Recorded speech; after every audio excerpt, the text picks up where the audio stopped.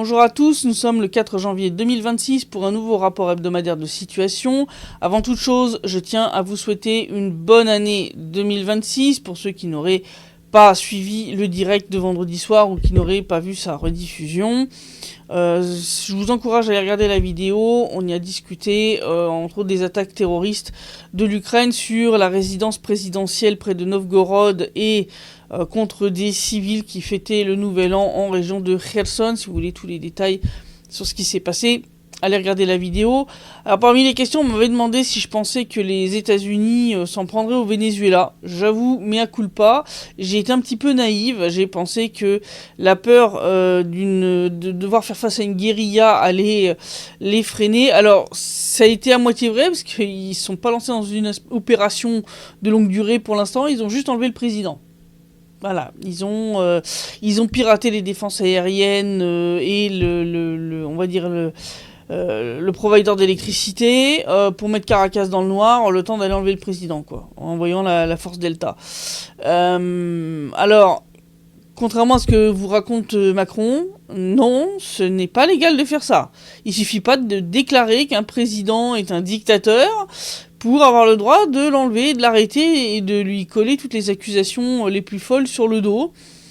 Parce que là, on lui colle des accusations de trafic de drogue et puis alors de détention d'armes automatiques. Ce qui me fait un petit peu rire. Je veux dire, c'est le chef des armées de son pays. Je veux dire, bref, non. Puis là, c'est une boîte de Pandore et une sacrée fenêtre d'Overton qui vient d'être ouverte. Parce que s'il suffit de déclarer que n'importe qui est un dictateur pour pouvoir lui faire subir le même sort, il y en a quelques-uns, dont Micron, qui devrait se méfier, hein, puis Zelensky au passage. Voilà. Non, mais parce que faut arrêter avec ça. Non, il y a un truc qui s'appelle quand même le droit international. Non, on peut pas faire ça, non. Alors pour l'instant, c'est la vice-présidente Delcy Rodriguez qui a pris la relève. Trump qui a l'air de considérer qu'il va pouvoir prendre le contrôle du pays comme ça. Je suis pas très sûr. Je pense que là, tu t'exposes vraiment à un gros risque de guérilla, de résistance civile, et ça va mal se terminer. Voilà, tout ça pour mettre la main sur les ressources pétrolières du Venezuela. Pourquoi ? Eh bien, parce que le Venezuela vend son pétrole en yuan, en euros, en roubles, voilà, en toute autre chose que le pétrodollar. Or, je rappelle quand même que la dette américaine est financée grâce au pétrodollar. Je vous renvoie à la super discussion qu'on avait eue avec Thierry Laurent-Pellet à ce sujet-là, en vidéo, il y a quelques mois en arrière. Il explique tout ça très bien. Et donc ce qu'on voit, c'est que les Américains sont extrêmement fébriles, ce qui veut dire que leur système est en train de s'effondrer, leur schéma de Ponzi, parce que tu peux pas appeler ça autrement, qui est leur dette, c'est même plus abyssale, c'est même plus cosmique, j'ai même plus de termes si tu veux, tellement elle est irremboursable, et donc ils sont devenus prédateurs au dernier degré, et prêts à se jeter sur les ressources qui leur font défaut pour essayer de maintenir leur système à flot encore quelques mois, en tout cas jusqu'au mi-terme. Je suis pas sûr, contrairement à ce que certains pensent, qu'il a assuré sa victoire au mi-terme en faisant ça. Je pense qu'au contraire, il vient de se tirer une belle balle dans le pied. Et que là, il y a quand même un bon risque que ce qu'il a fait aide les démocrates à regagner, on va dire, une forme de pouvoir dans au moins une des chambres. Donc bon, ça c'est son problème. Je veux dire, prétendre que tu veux le prix Nobel de la paix et faire ce genre de conneries, je pense que ça a montré clairement aux Russes et aux Chinois ce que vaut la parole de paix de Trump. C'est très bien. Voilà, terminé le grand guignol des négociations débiles qui mènent à rien et qui sont juste un bel emballage sur un gros tas de merde, mais je vous avais dit qu'il fallait pas vous attendre à des trucs extraordinaires de la part de Trump, qu'il fallait pas le voir comme un sauveur, mais bon, voilà, j'avais raison, encore une fois, bref. Le seul truc sur lequel j'avais tort, c'est le fait qu'effectivement, ils sont quand même intervenus, mais opération extrêmement millimétrée et très courte juste pour enlever le président. Ils ont tenté d'assassiner le ministre de la Défense, mais ils se sont loupés, donc il est toujours en vie et il est en train de diriger l'armée vénézuélienne. Donc non, là, ça va pas bien se terminer, je pense, cette histoire pour les États-Unis. Mais bref. Alors, on va pouvoir passer à votre partie préférée, la carte militaire. Alors, la carte générale. On va commencer très au nord. Alors, pour que vous représentiez ici, c'est Volchansk. Et on va commencer ici, très au nord, dans la région de Kharkov, où l'armée russe vient de prendre le contrôle de ce petit village à la frontière qui s'appelle Sonitsky Kazachok. Donc, ici, vraiment ce petit village, juste après la frontière. Et alors, je vous ai montré Volchansk, qui est ici. L'armée russe a libéré Vilcha, qui est ici. Et Prilipka, qui est ici. Et elle a continué d'avancer ici, à l'est de Volchansk, vers Volchanskie Khutora. Donc je pense que ce sera la prochaine cible de l'armée russe. Voilà. Alors je sais qu'il y a beaucoup de questions sur la situation en région de Kupiansk. Alors, bon, là, la carte n'est pas parfaitement à jour. Je pense qu'ils attendent la vérification de l'information. Bon, comme vous le voyez, Kupiansk, alors en réalité c'est plutôt jusqu'ici. Si on regarde Military Maps, eux ils prennent toute cette zone-là. Voilà, sous contrôle russe. Voilà. Donc le centre de Kupiansk est toujours sous contrôle de l'armée russe. Comme je vous l'ai dit, ça sert à rien de s'affoler. Défense élastique. Et l'armée russe a annoncé aujourd'hui avoir pris ce village, celui de Podoli. Donc je pense qu'ils sont descendus comme ça. Ce qui veut dire, si on dézoome un tout petit peu, que là vous vous souvenez, on avait commencé à avancer ici vers Kurilovka, donc là on a pris Podoli. Est-ce que j'ai besoin de vous faire un schéma? Une fois que Kurilovka est pris, ici on va avoir un superbe petit chaudron ici. Je pense qu'en fait ce que l'armée russe essaye de faire, c'est de stabiliser son arrière ici, pour avoir une plus grande profondeur, on va dire, de front ici, pour être moins exposé, moins en mode percé comme ça, vertical. Et en plus, en prenant Podoli, si une fois cette poche-là refermée, il y a moyen de refermer ici. Ici, on a toute l'Oskol qui est en train de couler. Vous voyez là, la rivière, je ne sais pas si on la voit très bien. Si là, on la voit, voilà. Vous voyez la rivière. Donc, une fois les troupes ukrainiennes coincées entre un gros bloc sous contrôle russe ici, et puis la rivière à l'ouest, ben, ça va être assez vite plié pour eux, et ça va permettre de refermer là et de remonter. Donc, pour l'instant, moi, je m'affole pas. La situation est relativement sous contrôle. Pour l'instant, l'armée russe continue bien d'éliminer les troupes ukrainiennes au fur et à mesure qu'elles lancent des contre-attaques dans les différentes directions.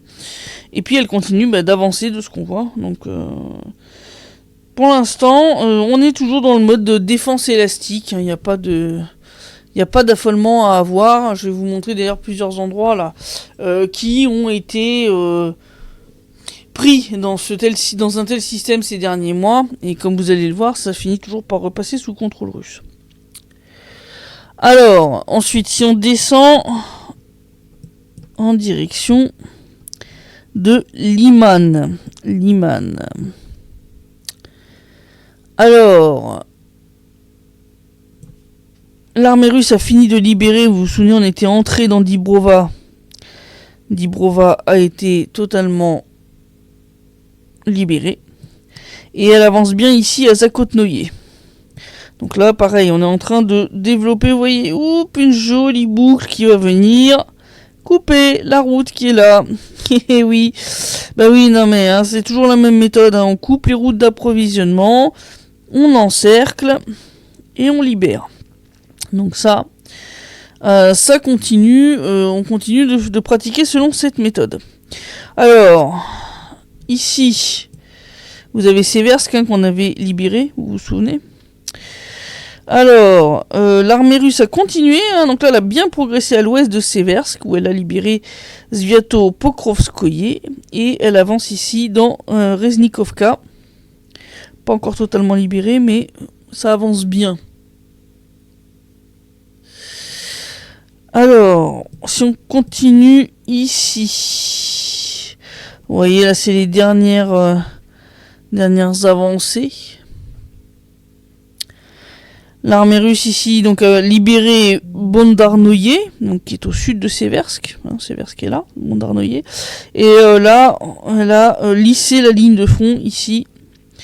Donc ça va continuer à avancer dans cette direction-là aussi. Konstantinovka. Alors Konstantinovka, ça devient intéressant. Alors déjà, vous vous souvenez, on avait ici le réservoir de Klebenbuik, hein, qui avait été un point de verrou. Là, vous voyez qu'on commence à le contourner déjà par l'ouest. Donc là, on est en train de s'approcher de cette route-là. On continue de progresser au sud, et entre autres la gare de Konstantinovka. Et là, vous avez une superbe pointe ici à l'est qui s'est développée. Donc il y a des troupes russes qui sont entrées dans l'est de la ville. Donc Konstantinovka, ça c'est clair que je pense là on va faire un beau succès à cet endroit-là. Début de cette année, ça progresse bien. Donc ça c'est une très bonne chose. Vous comprenez très bien pourquoi, puisque une fois Konstantinovka pris, vous avez Kramatorsk et Slaviansk. D'ailleurs pour ça aussi que Liman est très importante. Verrouiller ici la partie nord vers Slaviansk, pendant que Konstantinovka va verrouiller la partie sud vers Kramatorsk. Voilà. Alors, on passe dans la fameuse partie Pokrovsk, Mirnograd ou Krasnoarmeysk, Dimitrov. Alors, Dimitrov c'est plié, hein, voilà. Mirnograd, Dimitrov a été totalement libéré par l'armée russe. Rodinskoye, alors Rodinskoye c'est pareil, vous vous souvenez, il y avait un petit moment, il y avait un peu la partie ouest de la ville là, qui avait été un peu reprise par l'armée ukrainienne, ça a été relibéré totalement. De même que toute la zone au nord de Rodinskoye, qui était repassée en zone grise. C'est pour ça que je vous dis, défense élastique, il faut rester calme, c'est quelque chose de courant. L'armée russe a relibéré Volnoye ici, et Sofievka, alias Artyomovka, ici. Donc là, c'est pareil, c'était une zone, vous vous souvenez, où on avait eu la grande poussée, là. Voilà, vers Zolotoy Kolodiets, ici.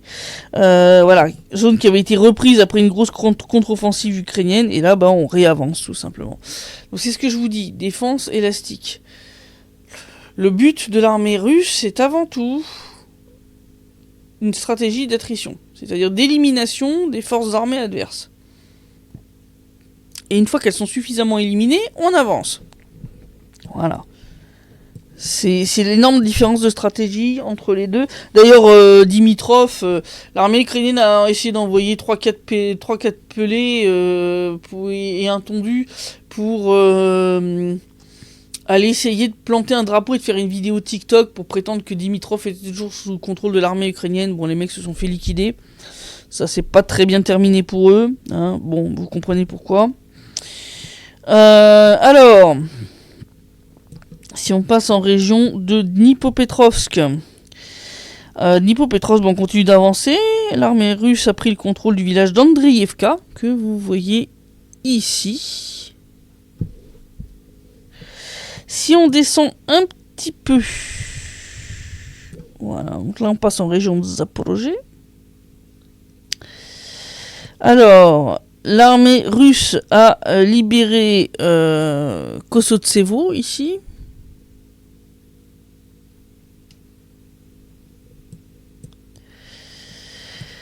Ainsi que Zarechnoye, ce petit village-là, à la frontière vraiment Zaporozhye-Dnipropetrovsk. Dnipropetrovsk au nord, Zaporozhye au sud. Voilà. Alors, un peu plus au sud, qu'est-ce qu'on a? Gouliaï-Polier, hein, ça a été fait. Voilà, Gouliaï-Polier a été totalement libéré par l'armée russe, elle commence à avancer vers Zalizhnoye, ici. Donc ça avance, on avance à l'ouest de Gouliaï-Polier.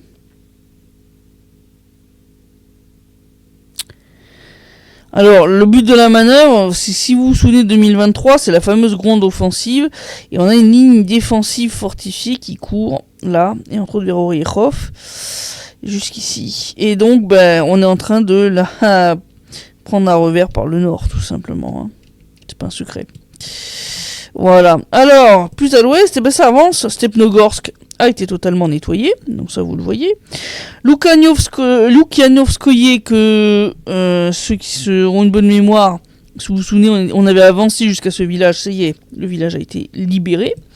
Et l'armée russe avance aussi ici à Primorskoye. Et au nord de Stepnogorsk d'ailleurs, on a pris ce gros morceau là au nord de Stepnogorsk. Donc Primorskoye, c'est pas encore totalement terminé, il reste encore ces quelques rues là. Mais c'est déjà bien avancé. Et donc là, on commence à se rapprocher de Zaporozhye. Zaporozhye est juste ici. Hein. Ça, c'est Primorskoye, ça, c'est Zaporozhye. Hein. Il y a à peu près une douzaine de kilomètres, 12-13 kilomètres entre les deux. Donc on commence à se rapprocher de Zaporozhye. Voilà. Donc voilà quelle est la situation sur le front. On continue d'avancer un peu partout.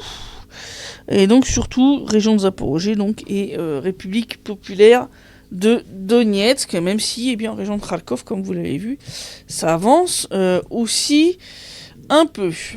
Donc voilà, quelle est la situation actuellement. Comme je l'ai dit pour Kupiansk, il faut rester calme. Hein. Vous l'avez vu avec Rodinskoye, et la partie au nord, cette percée là vers Volnoye. Ça avance, on recule quand c'est nécessaire pour sauver les hommes. On fait de l'attrition, et puis dès qu'il y a une attrition suffisante des forces ukrainiennes, on réavance. Voilà, faut pas s'affoler, c'est normal. Ils ont lancé d'énormes réserves pour essayer de reprendre Kupiansk, ce qui est une ânerie monumentale. C'est le problème quand tu réfléchis en matière de territoire, au lieu de réfléchir une stratégie militaire à long terme qui tient compte du fait de préserver tes hommes, hein, parce que c'est pas une ressource infinie, et que donc il y a un moment où tu vas tomber tout simplement à court, hein, et puis quand ça va être le cas, là l'avancée russe va être beaucoup plus rapide. Voilà. Actuellement, l'armée russe frappe régulièrement, entre autres la région d'Odessa et de Nikolaïev. Ça, je vous l'avais dit, hein, après la déclaration de Vladimir Poutine, suite aux attaques contre des pétroliers russes, l'Ukraine va perdre quelques régions de plus, ça c'est garanti. Voilà. On le voit d'ailleurs avec l'avancée en région de Kharkov. Alors Kharkov d'ailleurs, où l'Ukraine a essayé d'accuser la Russie d'avoir délibérément bombardé le centre-ville, une zone civile, etc. Alors il y a une mère et son fils qui sont morts, malheureusement, mais parce que ça n'a rien à voir avec l'armée russe. Ces crétins ont stocké, encore une fois, des munitions dans un centre commercial désaffecté, en plein centre-ville de Kharkov. Et puis, pour une raison que pour l'instant on ne connaît pas, un incendie s'est déclenché. En tout cas, il n'y a pas eu d'alerte au missile. Ils prétendent que 2 Iskander ont frappé l'endroit, sauf que les vidéos prises sur place par les habitants montrent bien que le bâtiment est en flammes. Et puis, ensuite, a lieu une explosion, puis ensuite plusieurs autres. Donc les explosions multiples, ça c'est typique des munitions. Et donc, tout simplement, je pense qu'il y a eu un non-respect des protocoles de sécurité incendie. Quelqu'un a dû jeter un mégot ou une merde, enfin quelque chose. Et puis le bâtiment a commencé à prendre feu. Comme en plus il est désaffecté, t'as eu personne, je pense, pour donner l'alerte avant qu'il soit trop tard. Et que le bâtiment soit déjà complètement en flammes.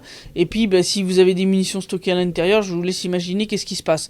Bon, mais ça, c'est de la faute des autorités ukrainiennes. S'il y a eu des morts parmi les civils à Kharkov, c'est les gens qui habitaient à côté.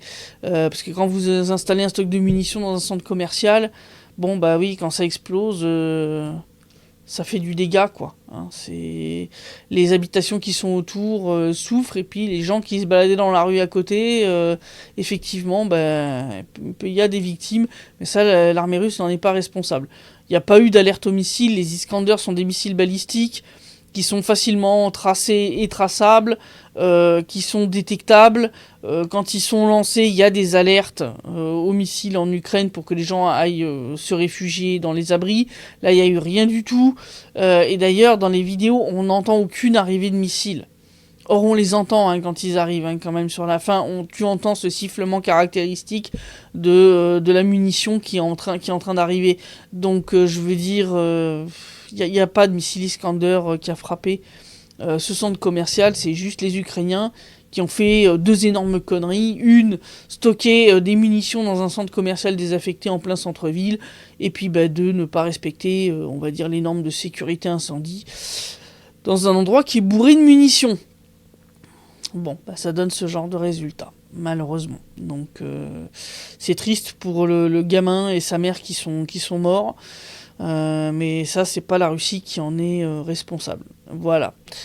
Donc, je vous dis à vendredi prochain pour le prochain Directier Stream et à dimanche prochain pour le prochain rapport hebdomadaire de situation. Et d'ici là, portez-vous bien.